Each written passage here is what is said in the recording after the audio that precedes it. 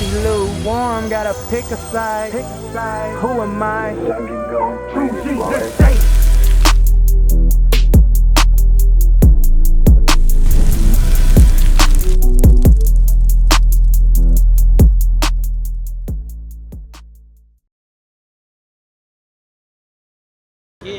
Okay. But majority of the gang members, do they come from two-parent households? See, I wouldn't against that. No. Hell no. I couldn't tell you that. No, they don't. Because think about it. Majority of the young men is going off into those gangs. What do usually push young men to go into gangs? What do they look for? What are they looking for? Just guidance. They're looking for. Okay, why are they looking for guidance? Huh? He said no pops is there. Exactly. Right. No pops. Bring it out. There ain't no pops there. Right. Because it's a single parent household. Because Right. our men wanted to just lay down with his sister, have a jump off, and be gone. Because we're not taught the laws of God. Right. That's why but from that one law, you got all kind of evil stemming from that. Because now there's no marriage. Now you got a young brother, no guidance. He's looking for a father figure. Now he turns to the gang member. The gang member, he tells him, hey, go sell drugs. Go shoot him up. Be a young hitter. You know what I'm saying? Don't go ride out on the ops. He telling them all the evil. Now he killing. Now he's selling drugs to his people. All sorts of evil stem from just one law of majority of the prisons are filled with single parent households who was raised up in single parent households. Mothers raised by their mothers, never learned to be a true man. That's why men are emotional, because they raised by a woman. A woman can't control her emotions, so if a young man raised up by a woman who never able to control her emotions, what do you think he's gonna do? Whenever he get angry or upset, he's gonna lash out emotionally. And that's why you pull out a gun and kill a brother. Even though logically that don't make sense. Why would I kill him over him stepping on my shoe? I could go to jail. I could, and so many bad things can happen to me off of that. Or maybe he got somebody that care about him that's gonna come back and try to kill me. Logically thinking, you'll think, oh, it's not that big a deal. I'm gonna keep on pushing. But our men are not thinking logically, they're thinking emotionally because they was raised by a woman. Right. Because they don't want to follow that one law of, hey, marriage is honorable and all. Now, but this is the mindset. Give me that real quick in Colossians.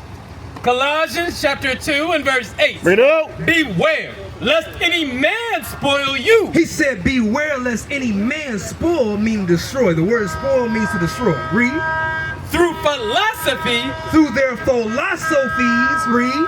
And vain deceits. And vain deceit, lies. Because we got a lot of brothers out here talking a lot of philosophy. You got how many brothers you see on TikTok and on these podcasts thinking they dropping knowledge? Do you ever see any of those brothers who got all the wisdom and they on the podcast, one fish, two fish, three fish, blue fish, brother? You know what I'm saying? You see, you gotta open up your third eye. Your third eye through your Mandela and your peripheral artery. I don't even know. That's just making stuff up. But that's what they be sounding like. It sounds dumb. They're like, oh yeah, brother, the eye and this and that and the third. Horace did this. What is that gonna solve in the black community? Right. Bring it out. How is that gonna stop the drugs to being sold? Right. How is that gonna stop our young men from going into gangs? Right. Talking all that junk. They just want to sound smart, but it has no substance. Right. There's no real tangible solutions in that. And that's why I said when you came up, you talk about the spirituality. That's what I hear. You know what I'm saying? Because it's like a lot of stuff that sound good, but it's not really any substance to on how we change our community. Right. How do we get our people out of conditions they in?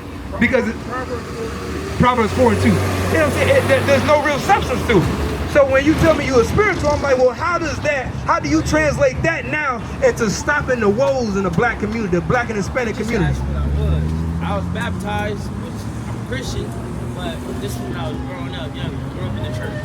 But not being in church in a while and still being baptized, I can still consider myself Christian, but I'm more spiritually in tune. The way I move, the things I do, the energy will be reciprocated. Like, okay, yeah. I understand. Doing my due diligences on different religions, doing my research and then interpreting, what I get. I don't know.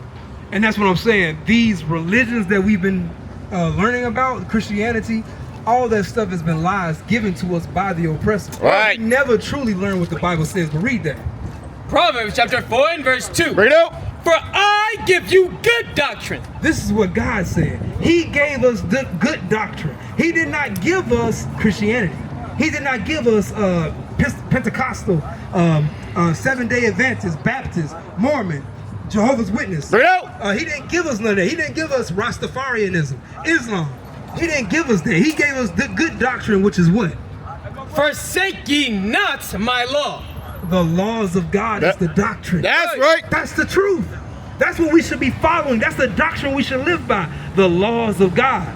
None of that stuff that we heard trying to dabble in all these different religions. Because give me that in Ecclesiastes about the books. Give me that. Because when you dabble into all these different religions, all you're doing is confusing yourself.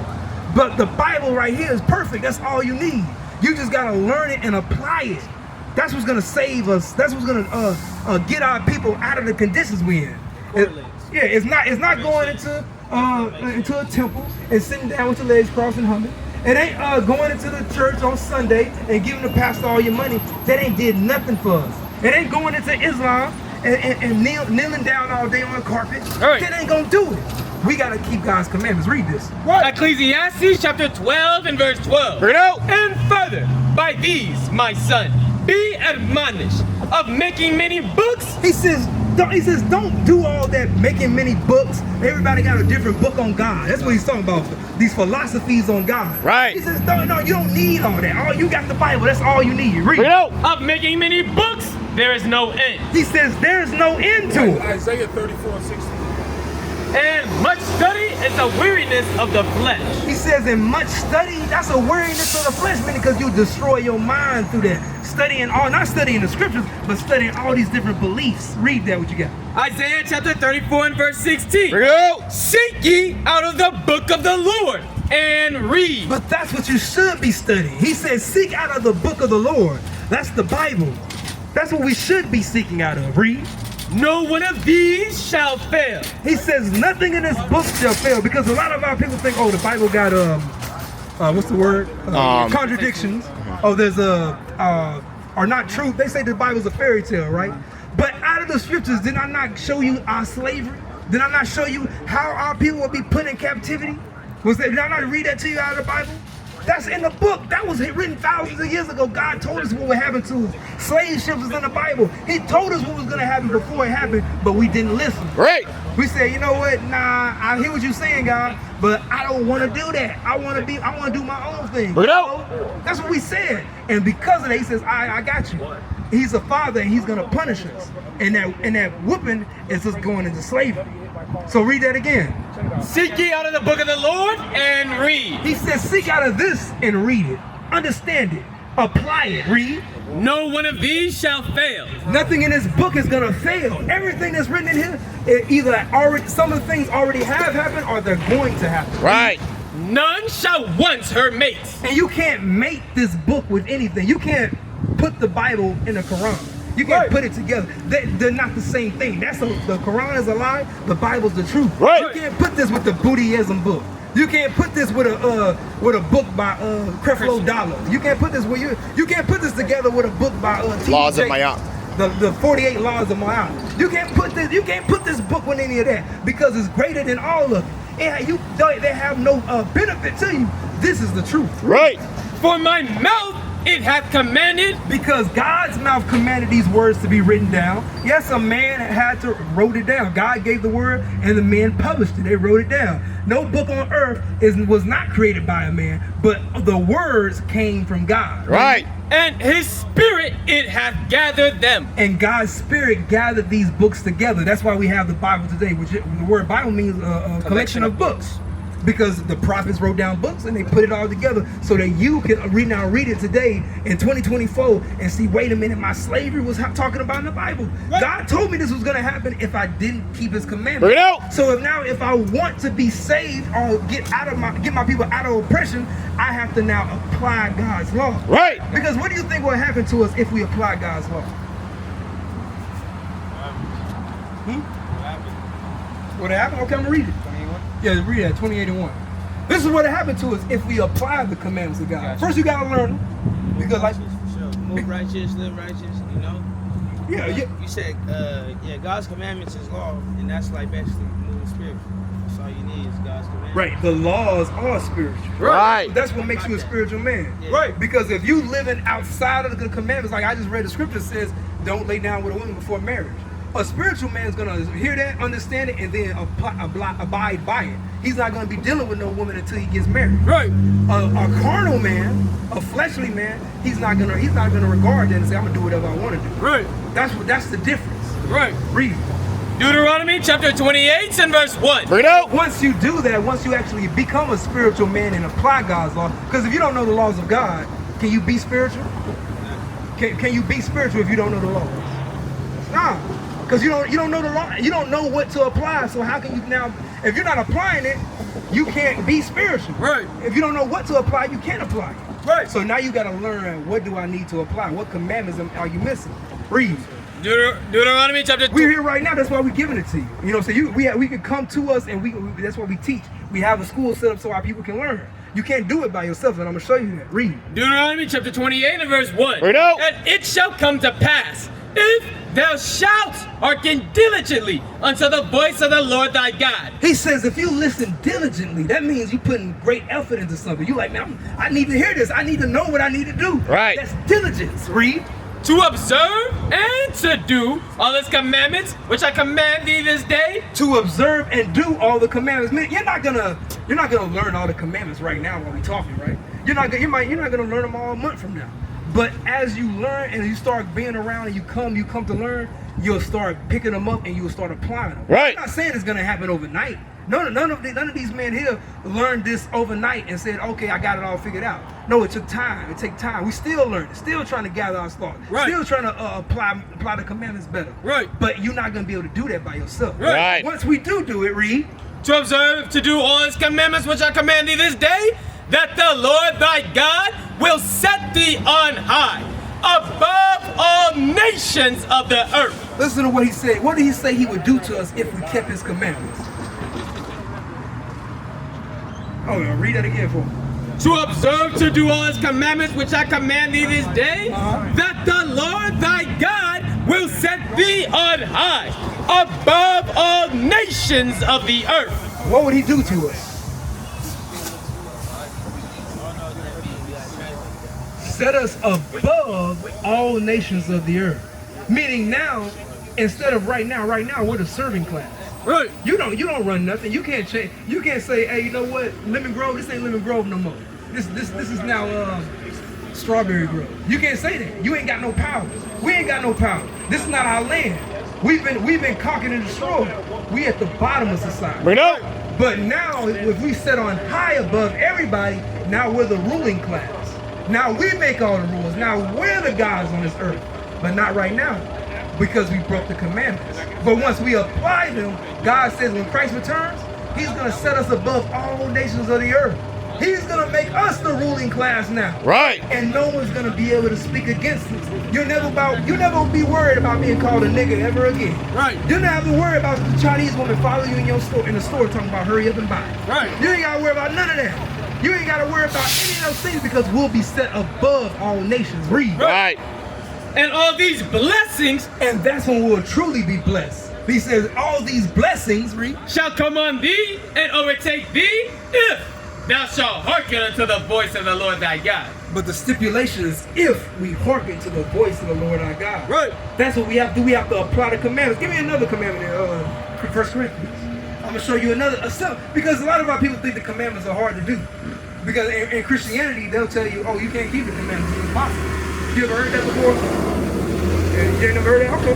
Well, in majority of these Christian churches, you ask their pastor, say, hey, pastor, why don't you keep the commandments? He'll say, oh, nobody can keep the commandments. This is impossible. Well, yeah, dude. Yeah, you can't move like that, though. But that's what they say. But that's what they teach you. In these religions, that's what they teach you. Right. And they ingrain it into your brain as a child. And now you grow up thinking, I can't do it. Right. When really God said that you can. Right. It is simple. I'm gonna give you one. Read this. 1 Corinthians chapter 11 and verse 3. Bring it out. But I would have you know that the head of every man is Christ. Yes, you hear that? He says the head of every man is who? Christ. Christ is our head. He's our leader. Read.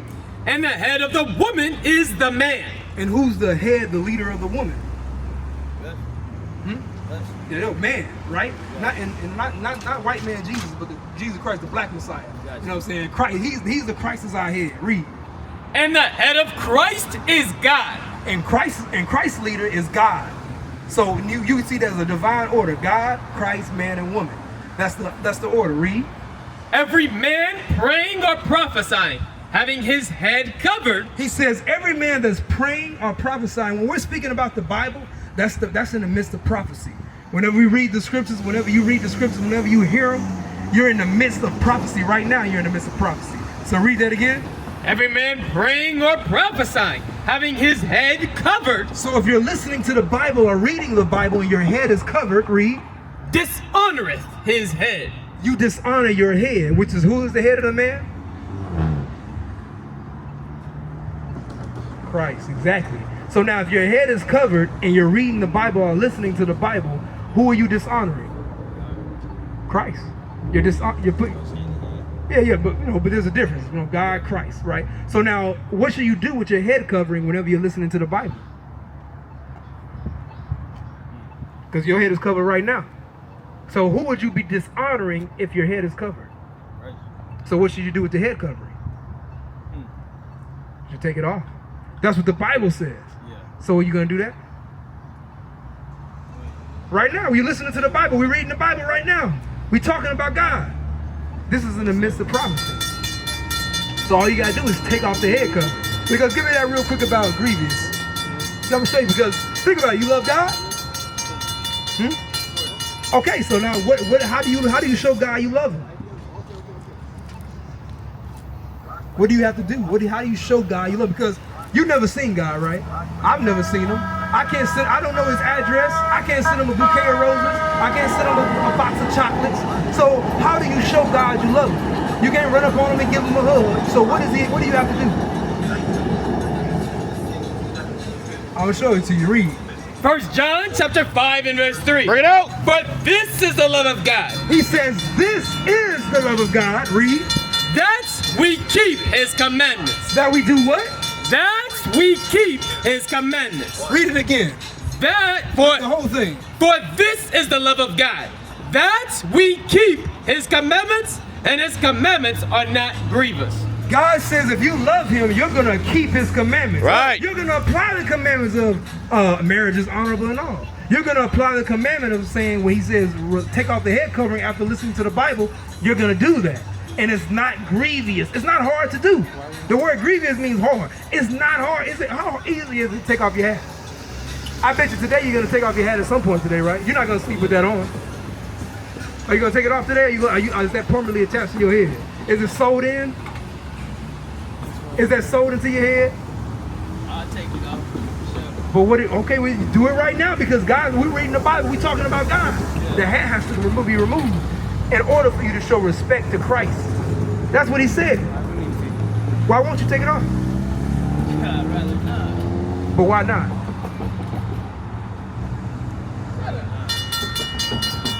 Listen, brother, you got something? Are you sinning? Are you balding? Yeah. I got you, bro. Check this out. Not take my hat off. I got you, bro. Go through that. We gonna, cause understand. Oh yeah, go there. We're talking about with the Lord. So I know nowadays they teach us to be ashamed of that stuff, right? Yeah, I'm looking at my hairline in the corners. Look, I got a lot of hair right now. Guess what? It covers my corners. But check this out. You gotta understand, as men, that stuff's gonna happen. The Bible talks about that. Read that in the Bible. You got it? Okay. Read that. Listen to that thing, man. Don't be ashamed of that. Don't let them put that pressure on you, bro. You found it? The laws of God, man. Listen to what the Bible has to say. I'm gonna show you. So read that. What you got? You found it? No. Hey, help him out. Found it for me. Yeah. I got you. I'm gonna show you something, bro. Because like you said, a lot of our people, we have so many different attachments. 1340. Part of the Ten Commandments. Say what? That's a part of the Ten Commandments. What is? Reading the word, you gotta take your hat off. That's not in the 10 commandments, but it is a commandment, right? It's part of the 10. Leviticus 13:40-41. Okay, I'm gonna show you what God says about that. Read this real quick. Leviticus chapter 13 and verse 40. Read out. And the man whose hair is fallen off his head, he is bald. He says the man whose hair is falling off his head, he said he's bald. Read. Yet is he clean. He says what? Yet is he clean. Brother, there's no shame in losing hair. We cannot control that. Right. That's God. Give me that real quick about the numbers in your head. It's counting. Find that for me. You gotta understand. God put that on us for our hair to fall or whatever. He created us like that. But yet, guess what? He created us perfect how we are. God made our bodies. So when he created our bodies, he says, hey, I'm that black man, he's perfect like that. But you have to now understand in order to be blessed by God, you gotta apply the commandments. We can't be worried about what the world thinks, or you know what, I'm more self-conscious about my hair versus what God says. Because who's gonna give you the most glory? The man that's walking around on the street, the woman that's walking around the street, who ain't got no power to save you, do nothing for you, are God Almighty. Bring it out. Who's gonna give you the most glory? Who do you want? Who you really want to recognize you? You want God. Fear him. Read that real quick. Get my hairline. Luke chapter 12 and verse 7. Bring it out. But even the very hairs of your head are all numbered. You see what God said? He says the hairs on your head are numbered. Meaning whatever has going on with your head, God wanted it. Right. What is a nation? Nation is family. Nation is community. Nation is men leading by example. Nation is women's support. Nation is children with role models. Nation is unity. Nation